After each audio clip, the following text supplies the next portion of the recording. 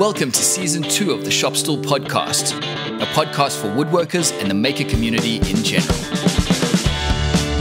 With Joey Chalk from King Post Timberworks, Bryan Cush from Sawdust Bureau, and Robin Lewis from RobinLewisMakes. Hi everyone, I hope you're all very well. This is episode 26, Season 2 of the Shop Stool Podcast. So as always, I'm going to start by introducing my two co-hosts. Joey, how are you tonight? Yeah, really good, Robin. How are you? Not too bad, thanks. And Bryan, how are you? Great, Robin. I am very well. How are you? That's good. Yeah, I'm very well too. Thank you. So my name is Robin Lewis. Welcome to the show, everyone. Now, tonight feels like we're in the presence of a kind of royalty. And I'm not blowing that out of proportion. Going through the films that this prop maker has worked on, I constantly found myself thinking, no way. I mean, this is an A-list Hollywood film that he's worked on. So the brands that he's worked on are right up there: Toyota, Cadbury, Nintendo, Nissan, OPSM, and the list goes on. I cannot wait to get into the show to hear all about it. So please welcome Nick Pledge. How are you tonight? I'm good, thanks. Thanks for having me on. Yeah, super excited to get into the show. What we normally do is we start off with just a bit of where you came from, so how you got from point A to here. Would love to hear how you got into the industry as well, like what prompted you. Yeah, no worries. I started off, I guess my gateway drug to making it was Lego. Awesome. Brilliant. I grew up sort of in the middle of nowhere, so Adelaide Hills, on a hobby farm, so there wasn't much to do. So I kept myself busy by making all manner of everything.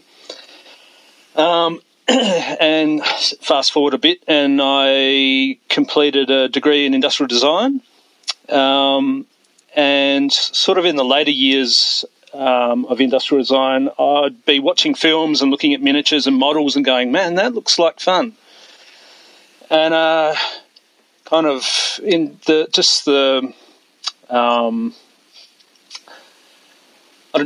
suit and tie sort of office world didn't really appeal to me so much, and I found myself working on a kids' TV show after finishing my degree and moving to Melbourne. And it kind of just went from there. I started off in stop-motion animation, so traditional puppet animation. I don't know if you remember, there was a little animation on the ABC called Plasmo.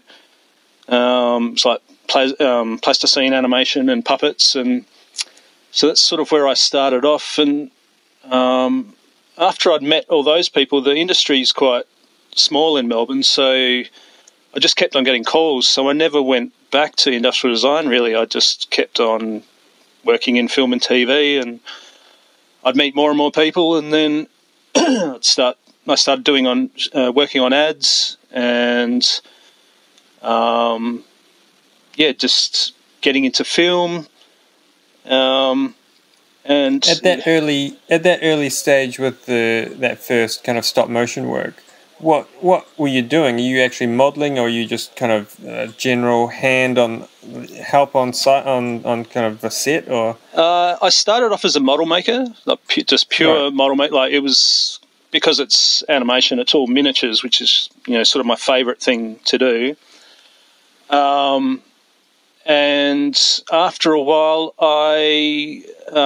this was in Melbourne, and then I got a call from a guy in Sydney called Nick Donkin. He had a company called Flying Gherkin, and they did all the Yogo commercials and what else did they do? Schmackos and that sort of stuff. So I was going up to Sydney, and I ended up making the armatures, which I don't know if you know, that's the little ball and socket sort of skeletons inside the puppets. So I did that. I worked for him for about 10 years, actually, and then he moved, he came down to Melbourne and moved back to Sydney, and then I sort of moved into feature films after that. Can I just ask, Nick, when you first started, that was pre-3D printing, so you were making all these things completely by hand? Oh, it was pre-internet, I think. You're not that old. But yeah, I am. Well, actually, maybe it was about around the same time as the internet starting off. But yeah, there was no 3D printing. It was all hand tools or sculpting or finding something in a model kit that looked vaguely like what you wanted, and then Kit sticking bashing. things to it. Yeah, kit bashing. Yeah. Yes, and I can't imagine having to work like that anymore. Like now, Right. I'll draw everything up in Rhino and print stuff and laser cut and CNC, and so things have come a long way. And is that so?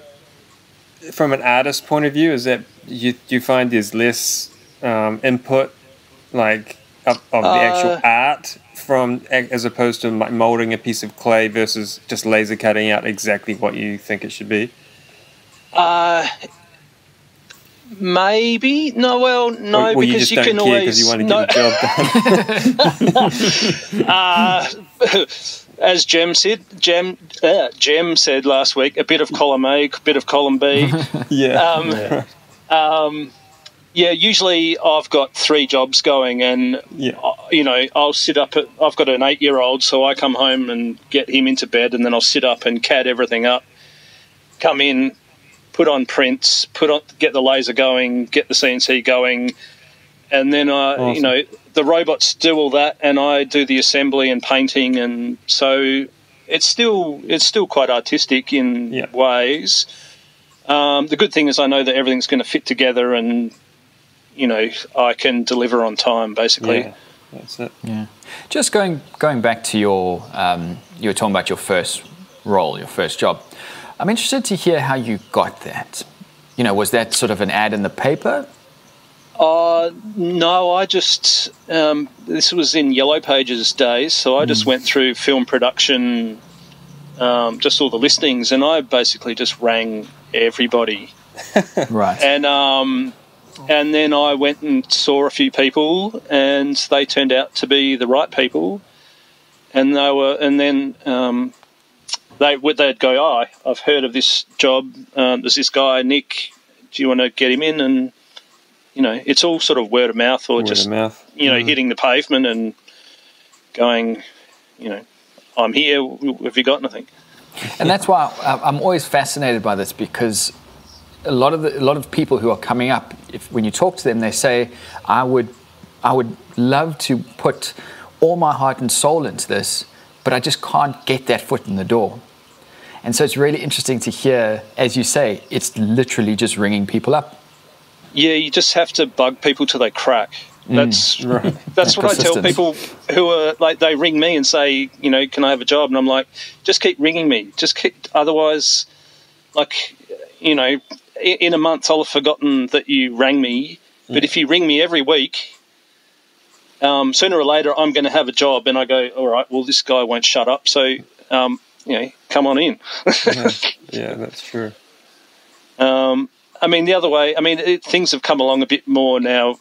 Like there's all sorts of online directories, and Film Victoria and the production book, and so you could start ringing art directors and production designers and go to the source pretty much, whereas I was coming at it from the periphery more of just the people more in my sort of position now.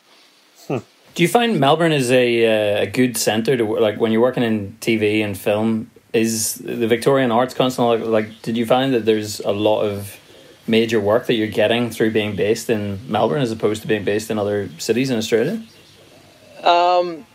Melbourne's doing all right. Queensland seems to be, it's Queensland and Sydney that are generally kicking goals. Okay. And that's to do with tax incentives, and sometimes it's to do with locations. But Melbourne in general is pretty good. They tend to get the more glitzy, sort of high budget films, and we tend to get the more art house ones, or. I'm trying to think of the films that I know that you've worked on. I think Queensland and Sydney have got bigger studios. So if you tried to film Pirates of the Caribbean in Melbourne, you don't have all the locations that you've got in Queensland for the tropical, all that business. Sydney's just got a massive studio and can pump out huge productions. Melbourne, they're building a new soundstage, but it's still pretty tiny in comparison to a lot of other countries and cities and whatnot. But I know that where the Wild Things are shot in Melbourne because of they wanted to shoot on a sort of coastlines and in our forests, which the forests are quite foreign looking to to American audiences. Like they don't know the trees and they don't know the coastlines, and it looks like this far away place. And that was it was kind of based on locations for that film. That is one of my favourite films. Can you talk us through the process of how something like that gets put together? Like, so you worked on the set design and the the props in the movie. I started off as a concept model maker, which is I was in the office with Spike Jones, the director. KK Barrett was the production designer. I meant to look up what other films he's done, but he's done quite a lot of stuff. And so they would sort of have reference that they would give to a concept artist, and he would like Photoshop up all this stuff, and then he'd give that to me and go, put it, make this 3D, and then I would model it up, and then they'd look at it and go, no, that's too small, that's too big, this camera angle won't work, can you make this bit pull out so we can get a camera in there? And so they basically do all their homework first before they build a $200,000 set.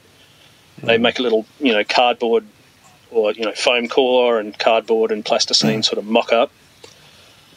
And so I did that for 5 weeks, and I've never really worked in an office before. It's so quiet. I don't know if you... it's bizarre. Yeah. And I was pretty happy to get into the workshop. And then I moved into the model making department, or props, and we started off making Carol's Model City. Carol's one of the Wild Things that builds a crazy sort of stick city, and so they were basically just lumps of polystyrene, hot wired, and then we sat there for I can't remember how long, probably 2 months maybe, sticking sticks on these things one at a time. and then what was after that? The highlight for me was making Max's crown and scepter. That was pretty special. But the other thing we made was a miniature. Well, actually, it was more of a bigature, because it was the fort. The big round ball. Yeah. And it was a miniature, but it was 3.5 meters in diameter, and it was a steel frame and then a fiberglass shell, and then we cast out all these latex little panels of sticks. So we made up a little sort of tessellated stick pattern. Did all these plaster molds, and then we were pouring latex into these, and we must have poured, I don't know, maybe 1,000 of them or something, and stuck these all over the outside and inside of this ball. And then we had to dress that with more sticks. And the day we finished it, they came and looked at it and went, no, we can't really shoot this. So that was like 3 months. My God. And they took it over to the studio and they scanned it into the computer as a 3D model. And then it wouldn't fit in a shipping container to take back to the States. So they took it out the back and squashed it with a front-end loader and threw it in the skip. Yes. We've talked about this in the past, about how prop making is such a double-edged sword, because you just destroy things at the end of it. When I first started, I would be horrified. Like, I just couldn't...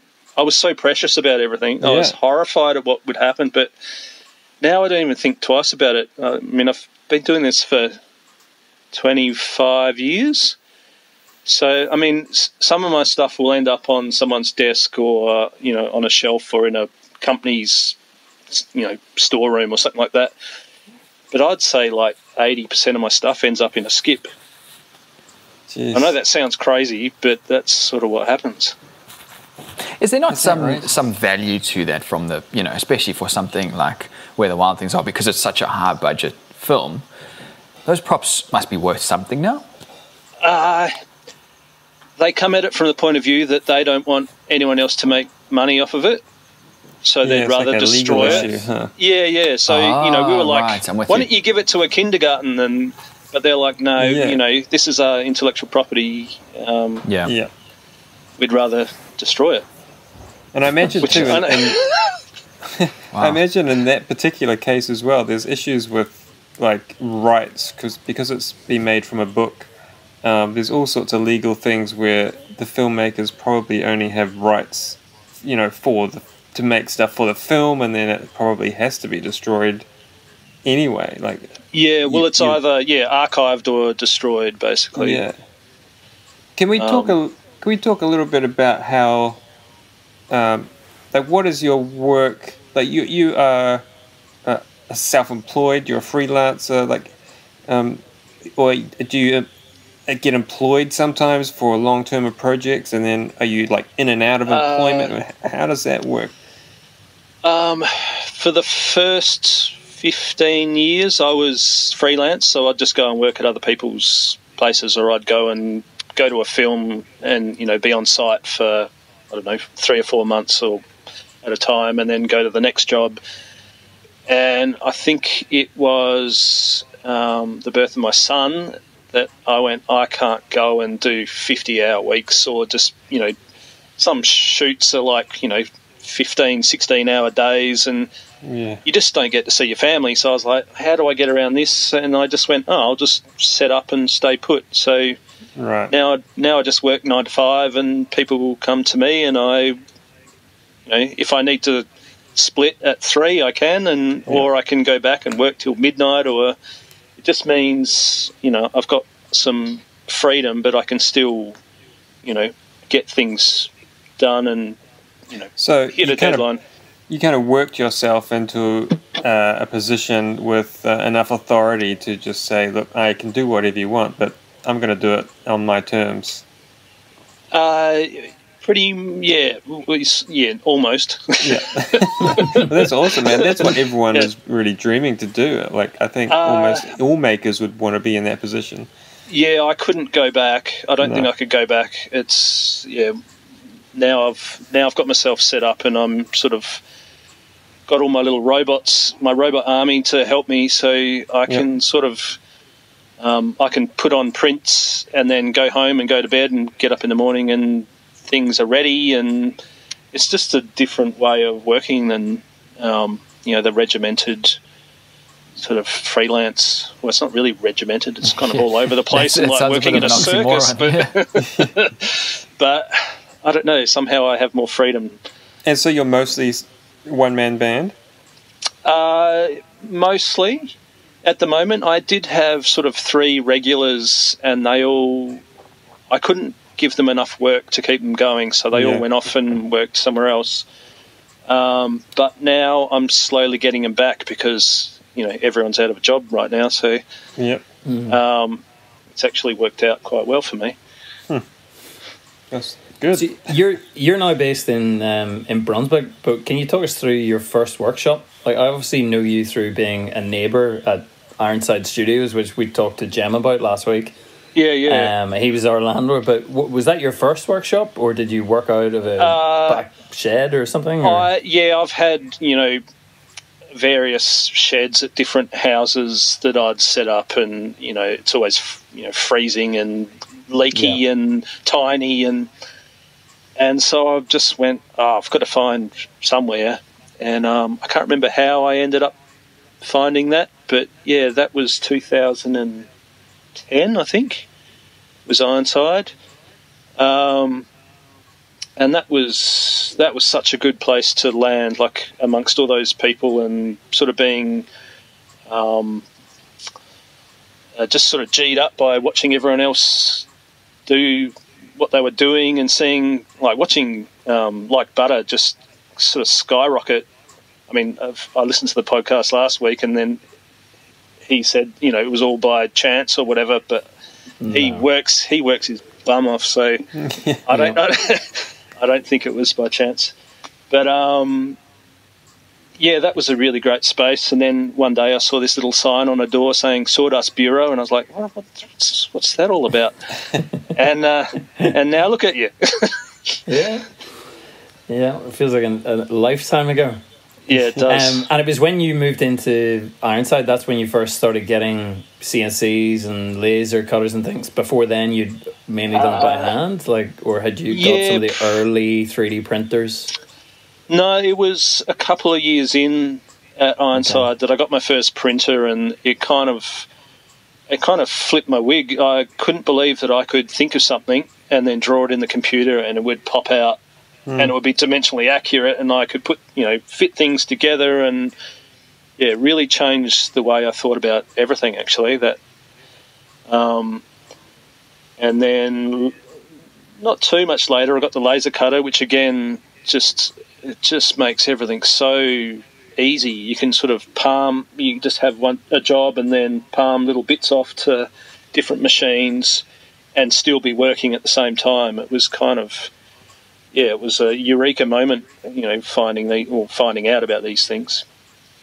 And then the next big jump was getting my high-res 3D printers, the resin SLA printers. Yeah. And the first thing I printed out on one of those was this tiny little boat called a benchy, which people may or may not have heard of. Yeah, I've heard of this. That's it's a real standard. How well you can print it out. Yeah. So you print that out and you can tell if something's lacking or something's not quite working right or your settings aren't quite right. It's a real sort of standard for printing. And I printed this boat out, and it was absolutely immaculate, and it was tiny. It was 20 mil long. And I carried it around with me for a day, just looking at it going, oh my God, what this is next level. Possible? I can do anything. I can what build magic anything. am I channeling to do this? Yeah, pretty much. It was just voodoo, and I just went, wow, this is amazing. So that's, in Ironside, I was still 8 years away from that, maybe. Yeah, but Ironside was great. Ironside was it was a really good atmosphere, and the people were awesome. And so recently, I've been this week, certainly, I've been having to working closely with structural engineers on a set of spiral stairs that I'm going to be building. And it's been pretty intriguing just going backwards and forwards saying, this is what I want. But then the engineers saying, well, you can't do it quite like that. You can do it like this. And we're going backwards and forwards. And so you're obviously given something to make, and you say, right, I've got an idea of how to make it. Do you have issues where there might be safety on set issues and just general strength issues, and you've got to kind of work alongside with a completely different set of skills, like someone who's got structural engineering skills, and to tell you you can't actually do this, or if you do, we're going to have to reinvent the wheel or something like that? It's usually me reinventing the wheel, but yeah, right. Occasionally, a lot of the stuff that I do, if it gets to an engineering point, then I go, it's a bit, I'm mostly sort of small to medium-sized things, and if you need an engineer to sign off of it, generally I'm that's not really my bag. But right. Excuse me. But there have been jobs. I did an interactive model of Singapore for a company called Airbag, and they sent in their, I guess he's an electronic engineer. He's a technologist, or I forget what his actual title was, but he's an absolute gun. So he was CADing things up for me. He was doing all the LED wiring, all the circuit boards and everything like that. And so we were sort of working together, and he'd go, can I do this here? And I'm like, no, because I'm going to drill a hole through your board, or I'm going to So there are times where I have to collaborate, and I actually, if it works, it's awesome. It's really good. So I can't think of a time where it hasn't worked. Sometimes working on the feature films, you'd be, there would be some departmental sort of argy-bargy, like, right. Art department maybe isn't held in such high regard by maybe other departments. And so, we could be a pain in the bum for the construction or something, or the welders. Well, that was one thing on where the Wild Things are. Our props workshop was right next to the metalworking workshop, which was basically just a 3mm ply wall. So they'd be on the other side dropping lumps of steel on the ground with earmuffs on, and we'd be just going, I'm trying to stick sticks to a piece of foam. Like, Did you ever find that you had a certain idea that you wanted to take it in terms of a vision, and you were given that freedom to run with it, or is it very much the director or the art director or whoever it is says, this is what I want, and that is what you do, end of story? There's quite a spectrum. Like, there's some people that will come and go, I don't really know what I want, can you just do it for me? And I'll go, sure. And then, quite a big chunk of it is, here's a drawing or here's a concept, can you make this? And there might be a bit of back and forth, because it goes from 2D to 3D, things, obviously, problems or issues arise or whatever. And then there's some people who don't really know what they want until they see what they don't want. So you end up chasing your tail for, a week till they see something that appeals to them. And,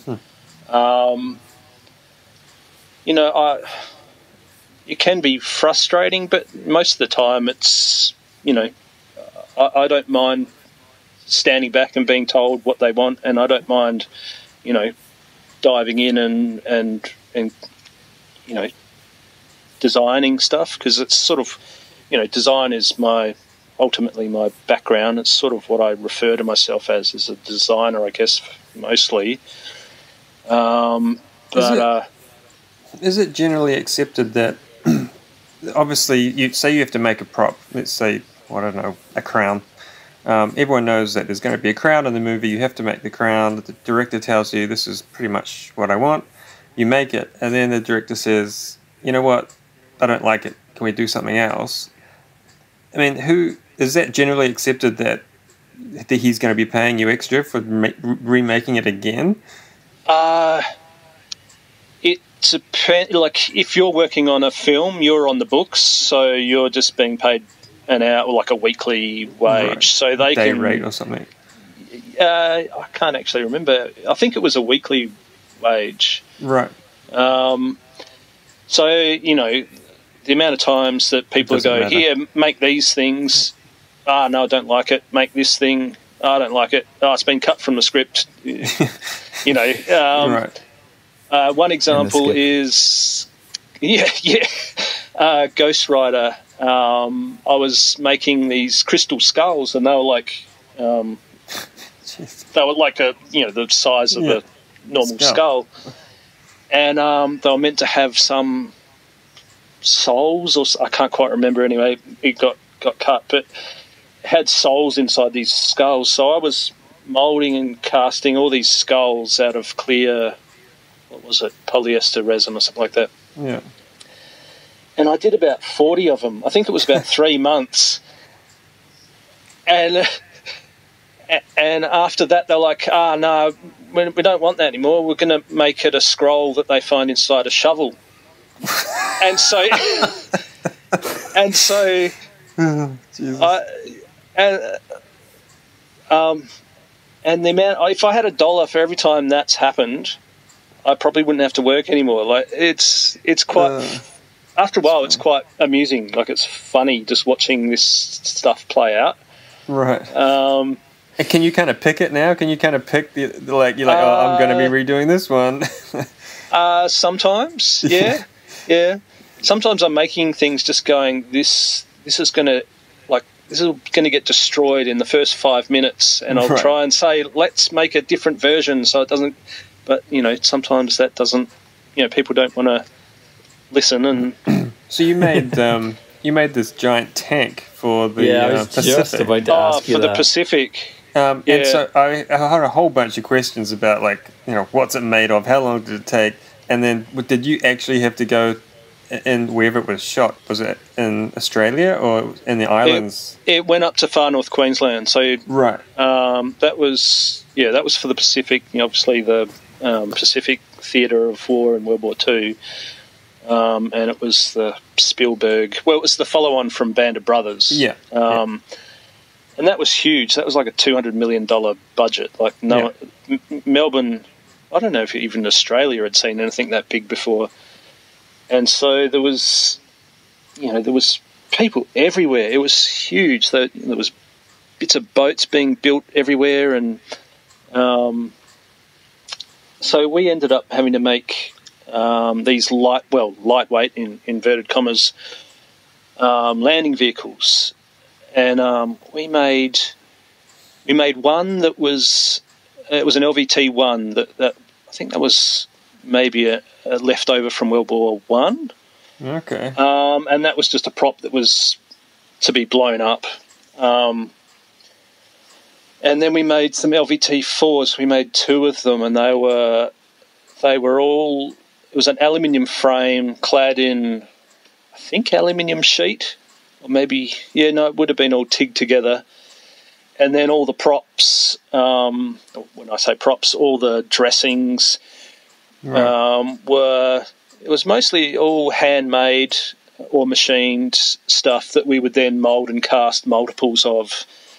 And there was some crazy guys somewhere in Victoria who had like this massive lot with all these wartime vehicles, and they had one of these things. And they brought it into the studios so we could measure it up. And we had 3 hours to measure this thing to then make it. And so we basically made this thing from photos and a few hand doodles. And there was some military guy there. So we were asking him questions about, how things worked and where people sat. And that was all pretty interesting. And then...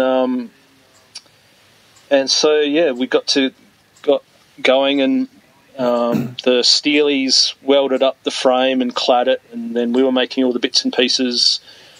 And I somehow ended up being set to work on all the tank track, which was some of the bits we got to mould, but the rest we made by hand and then mould and cast.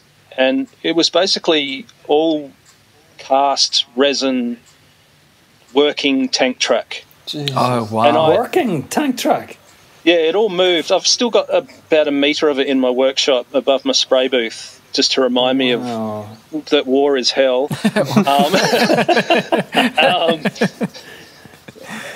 Because I think I made about 50 metres of this stuff, and it must have been, I don't know how many kilos of resin. It must have, 20 grams worth of resin maybe in all this tank track. And is that a hard plastic resin or like a rubberized? Yeah, it's polyurethane, like a hard resin. Jeez. It probably would have made more sense to make it out of something a little less brittle because. So we finished those, and they put them on a truck and drove them up to far north Queensland, and then Special Effects cut them to pieces and blew them up and did all this stuff to them, which looks awesome. And there's a picture on your Instagram, and one of them's just like sitting underwater, and it's like just been dropped on a beach. Yeah, that's the LVT-1, the little grey, or was it blue, light blue, I think. Yeah, so that was just for blowing up. Right. And then after they'd torched the other two, they put them on a truck, but I don't know who packed them, but they didn't do it very well. And so they drove them back down to Melbourne for these other scenes. but they gradually disintegrated on the back of the truck through all the vibrations, and so they lost like half of both of these landing vehicles all the way back down to Melbourne. And so they got there and we had to rebuild them, and I had to do even more track. Oh my God. It's just bonkers. Like, it's a huge... I can't imagine being in control of a motion picture. Like, it would be frightening, like all the things you'd have to have your finger on to keep track of. So, silly things happen, and that was one of them. But we rebuilt them, and they got reshot for... have you seen the Pacific? Yeah. There's a shot where they're on the ship and they're coming down into like the belly of the ship where they're getting onto these landing vehicles, and then the front of the ship opens like a cupboard doors really, and they all kind of come out the front of the ship. Well, that was for that shot. But we only had two of them, I think, and in the shot there's like 8 of them. So they'd bring the people in and they'd get in the back, and then they'd all get out again, and we'd like move it a bit, and then they'd do another shot of everyone getting in, and then they would comp it all together. So there's like 10 landing vehicles with all these guys getting in, and so seeing that sort of stuff on that sort of scale is pretty pretty cool. Eye-opening. So you have to be there for the shooting of some of that, as like the guy who made it. You have to be there to fix it if it all goes to crap, or... Sometimes it depends what it is. Sometimes, like there's standby props people who that's generally their job for smaller props and stuff like that. So hand props. If a strap breaks off of something, they can glue it on or wire it on or whatever. But I think we were there just purely to move them and make sure that because to get the tracks onto those things, we actually had to, because they weighed so much, it was probably like putting on real tank track. You had to get it on there, and then you had to like winch it close enough, the two ends close enough to get some pins in it, something. I can't quite remember exactly how they were joined together. So it was more for that sort of stuff. Occasionally, if I've made something specialist, like I just finished a little miniature truck shoot, and because I made it, I know what's likely to get broken or fail, or something might happen to it. So if I'm not there, then people are just like, I have no idea what to do to this thing.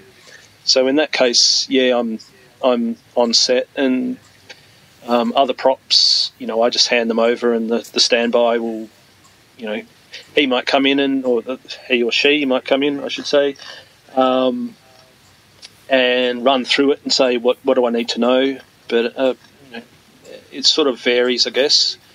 I kind of prefer to be in my workshop rather than on set, because on set, that's where you're basically just waiting for something to go wrong. You don't want to have to work because it means it's broken. It's not as much fun as it sounds like. Some of the stuff you did for Predestination, I don't know whether you guys have seen Predestination. It's like a sort of a Matrix-y sci-fi thing that was shot in Melbourne, and it was actually shot in the building that Ironside Studios was located in. Oh, cool. It was an Ethan Hawke movie, was it? Ethan Hawke? Yeah. And Nick did some amazing stuff like that. Can you talk us through how you got onto that job? Was that just through the standard Victorian film kind of prop industry thing? And it's just, Ghost Rider was my first big film. Oh, actually, no, I tell a lie. I worked on a Z-grade monster film in Queensland called Gargantua, which it's so bad you can barely even find a trace of it on the internet now. Ghost Rider, I basically met, a lot of the crew, and there's not a lot of prop makers in Australia because the industry is relatively smaller compared to like the UK or the US, and so it's kind of like, we need some props. Who do we get? Nick's around, and I actually did that job out of Ironside. And then you'd walk out the front door, and they're I know maybe that was another film where they were dropping someone onto a car out the front of the studio. Oh, I must have missed that. Because I did come out the front into the laneway once, and Ethan Hawke was just sitting on the steps smoking a cigarette. I remember that. I don't think there's too many films that came to Melbourne that didn't use that laneway, because it just looks it's so interesting looking. It can look like the 1920s, or it can just look like a dystopian whatever. It depends how they dress it, I guess. Yeah. So that was, I loved, when I read that script, I was like, oh, this is awesome. Like, it's really, I just loved it. I thought it was very clever. And but the quality of the art direction as well, like the actual design side of things, I think it's right up there. Like, it's really fascinating stuff. Yeah. Some of the locations they chose, like there's, what's that building? I think it's in North Melbourne, or it's like a university, or maybe it's Carlton. There's a university building, and it's got all these round windows all over it. Yeah, the Sean Dobsall RMIT building. Yeah. And, yeah. On the outside, it's amazing. On the inside, it's amazing. Like, that's where they shot all those virtual reality helmet shots. Yeah. So there was a whole bunch of props. I did all the violin cases. That was their time machine. So it had like a tumbler on it, and they'd choose their time, and then press a button. I can't remember exactly, and then they'd whip into the next time. Oh, actually, they had some watches as well, which I worked on, so they could tell by their watch where they were, and they were trying to use the tumblers on the violin case to try and get there. I had to make a fake. It's well worth a watch for anybody that is into their sci-fi movies. It's a really clever film.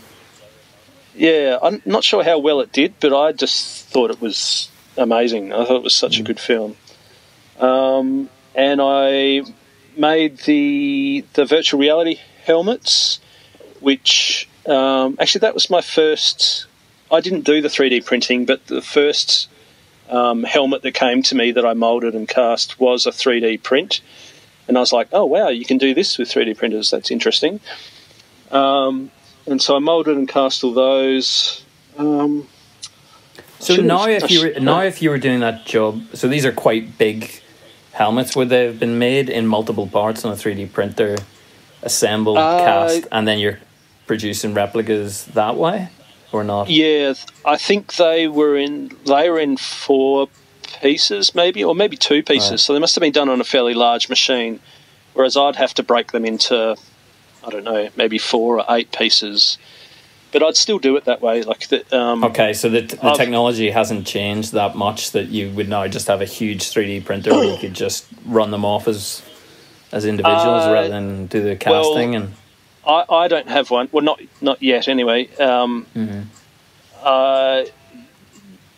think they got it done at a print bureau, so they've probably got larger print bed machines that they can keep running, 24 hours a day. So that if they cost $40,000, then it's they'll kind of make sense. But sorry, now I've forgotten what the question was. Yeah, right. I don't think there was one. We were just talking. So Nick, you've obviously got this crazy set of skills that you've just obtained during your 20-some years of doing crazy stuff. Is there like if some kid coming through school wants to get into what you're doing, is there like a path, an official qualification path for this industry, or is it just learn CAD, learn 3D printing, learn how to glue bits of wood together, and then just bring some of these skills to someone and bug them until they give you a job? Well, yeah. I mean, there are courses. Like, I've had interns from where were they from? VCA. There was production. The one guy from production design course, and he knew CAD and he knew 3D printing, and he was a gun illustrator, and in the maybe it was 4 weeks, 8 weeks.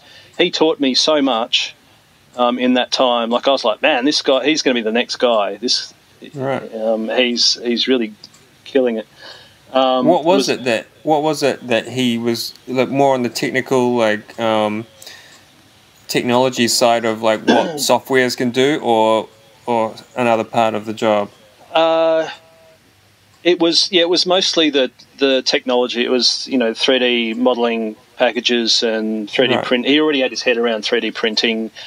I didn't really have to guide him too much with that in particular, but with construction sort of stuff, he maybe didn't know so much. Right. But I've had other interns from it was theatre props. Like there are courses. I mean, I did industrial design, which is a good basis for a lot of different directions. Like you learn,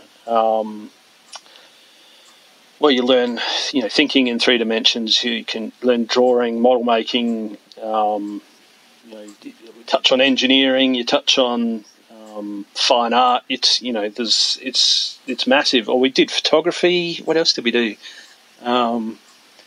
So like you can shoot off in all different directions. So that's actually quite a good, base course to do. It's maybe not necessary. Right. You can just get good at, get a 3D printer, learn some software, learn how to use, basic tools and machinery. And if you've got enough get up and go and willingness to learn, I reckon, and you bug the hell out of someone, you can get onto a film as a junior prop maker, and you'll learn moulding and casting. I learnt so much on those films from the other people that were around me. Pretty much everywhere I've worked, I've just watched what everyone else was doing and asked questions, and I left industrial design thinking, oh man, I know a lot now, but I was how old was I? 20 or something. I didn't know anything. We all thought we knew something. And then gradually I was just like, oh man, there's so much else out there, and so there's all different ways of getting here. I mean, I'm happy for people to contact me and ask me questions, and show me their work or folio or whatever. I'm happy to try and support other people who are trying to do what I'm doing. That's lots of people help me, so it seems only fair and right. Yeah, that's awesome. Can I ask you? We cannot leave without talking about it. Your R2D2 that you're making. Yes. leave the best till last. Talk us through that. Otherwise known as my midlife crisis. What a beautiful midlife crisis. Yeah. Well, it was either that or train sets, and I was just like, nah. I don't know why. I'd been thinking about it for a while, and I was like, oh, maybe I'll make a R2D2, and then when was it? 2 New Years ago, I'm like, right, that's my New Year's resolution. I'm not going to lose weight or stop drinking. I'm just going to,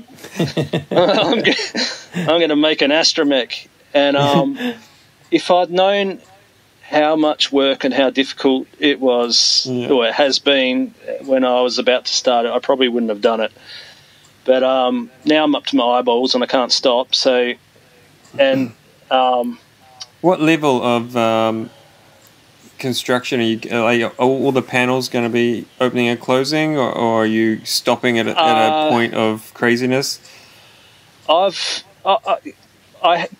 build one, you have to join this astromech builders club. And there's thousands of people in there, and you see photos all the time of these guys have made, like, they're pretty much real. They're like a step away from being a real R2D2. Like all they need is a brain and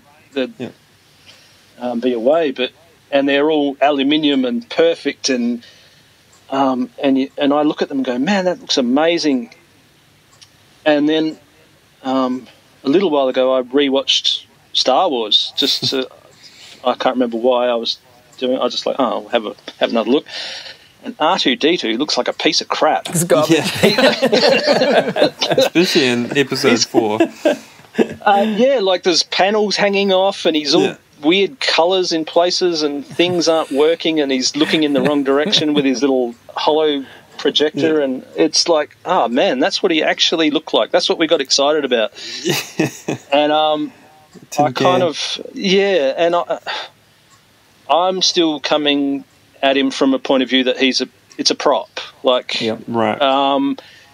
If you haven't worked in film, you probably wouldn't know that, like, there wasn't just one R2-D2, there was probably 12 of them, and one of them, his arm came out, and the other one, Kenny Baker was in, and then there was one that, fell over, and one that... So to try and make all of that into one robot it's impressive, and I've seen videos of people, like, all the panels open and the little radar thing comes out, and but I'm coming at it from a sort of a prop point of view, and so the dome spins at the moment, will spin once I've had it spinning, which was it was a watershed moment. What have you made yours from, Nick? Is it not aluminium, or it's plastic, or? No, it's a timber frame. It's all styrene sheet for the skins. The dome is ABS, like vacuum formed, and 5-axis laser cut, I think. The legs are, there's a bootload of 3D printed parts in it.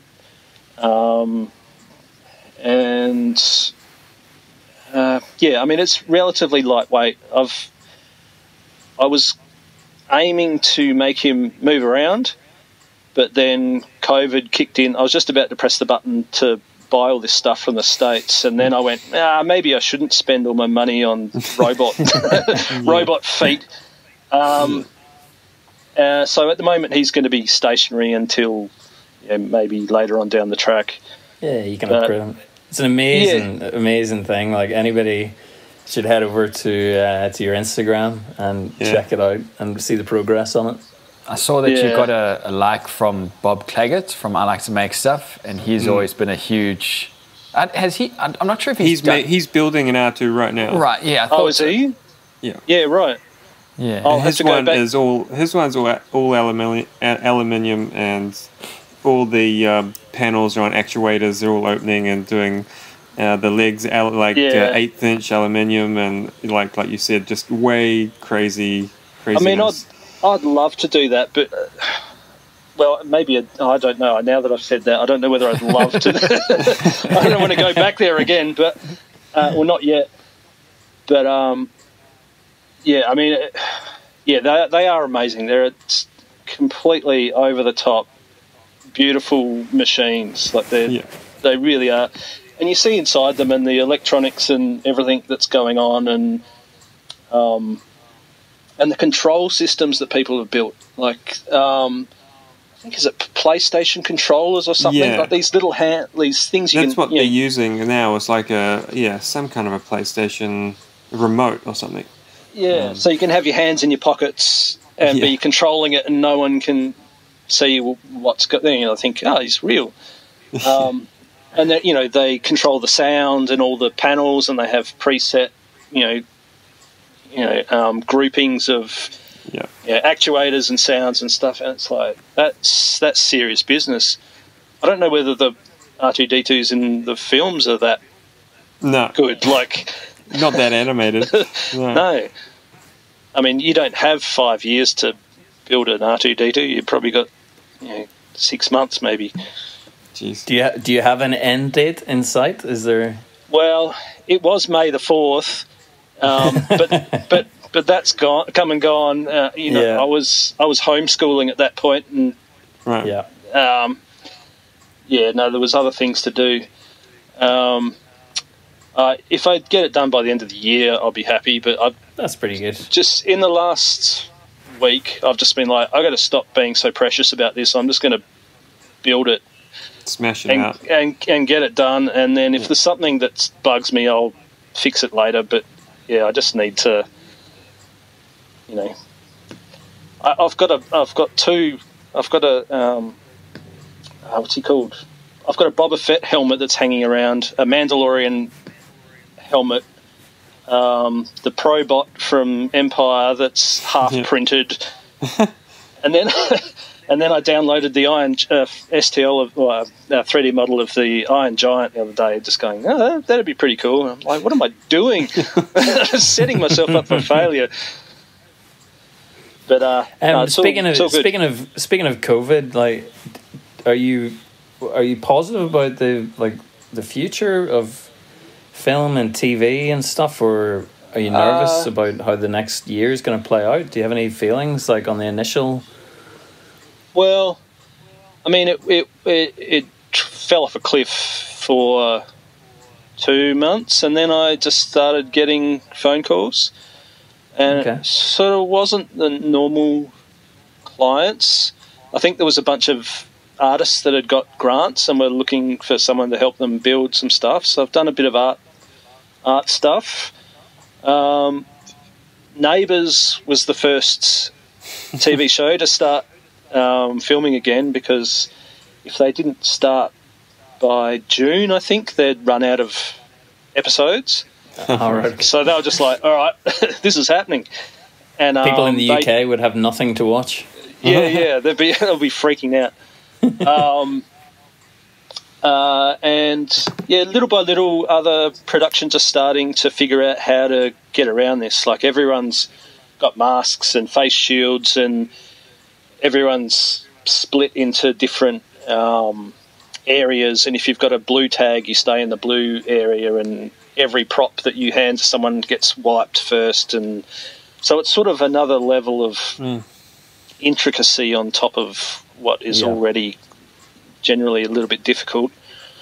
So that's kind of heartening. I mean, I've got quite a few phone calls just in the last week, so I'm kind of not freaking out. Well, I'm kind of used to jobs going away, or like that's sort of my whole existence. This is just kind of like maybe a bigger version of what I'm used to. So I've always got something squirreled away for some time where it goes dry. But it's probably the advantage of being a smaller independent maker as opposed to being Jim Henson Studios or something like that, and just having the plug pulled on $100 million production. Yeah, that would be a frightening position to be in. I'm kind of lucky in that respect, I guess. I didn't really have any employees. I think I'm actually in a good posse. One thing I have heard is that because they can't shoot in the UK or the US yet, the productions might end up being shipped to Australia. So they pack up, they come here, the actors all come in, quarantine for 2 weeks, and then off you go. So it might actually weirdly work in our favour, which is fingers crossed. We'll see what happens. These are rumours, and you never know what's actually going to happen. But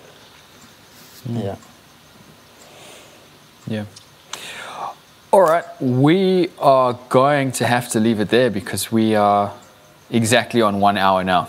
So I reckon we might just call it a show there, because we could carry this conversation on for a lot longer. So to everyone listening, I hope you enjoyed the show. If you did, please go ahead and give it a rating on iTunes. That really does help us out. The Shop Stool Podcast is available on iTunes and most other podcast apps. My name is Robin Lewis. Joey and Brian, thanks very much for hanging out. Nick, once again, thanks very much. Amazing story. Amazing story. Thank you very much, guys. Thanks for having me on. Thanks, Nick. See ya. Cheers.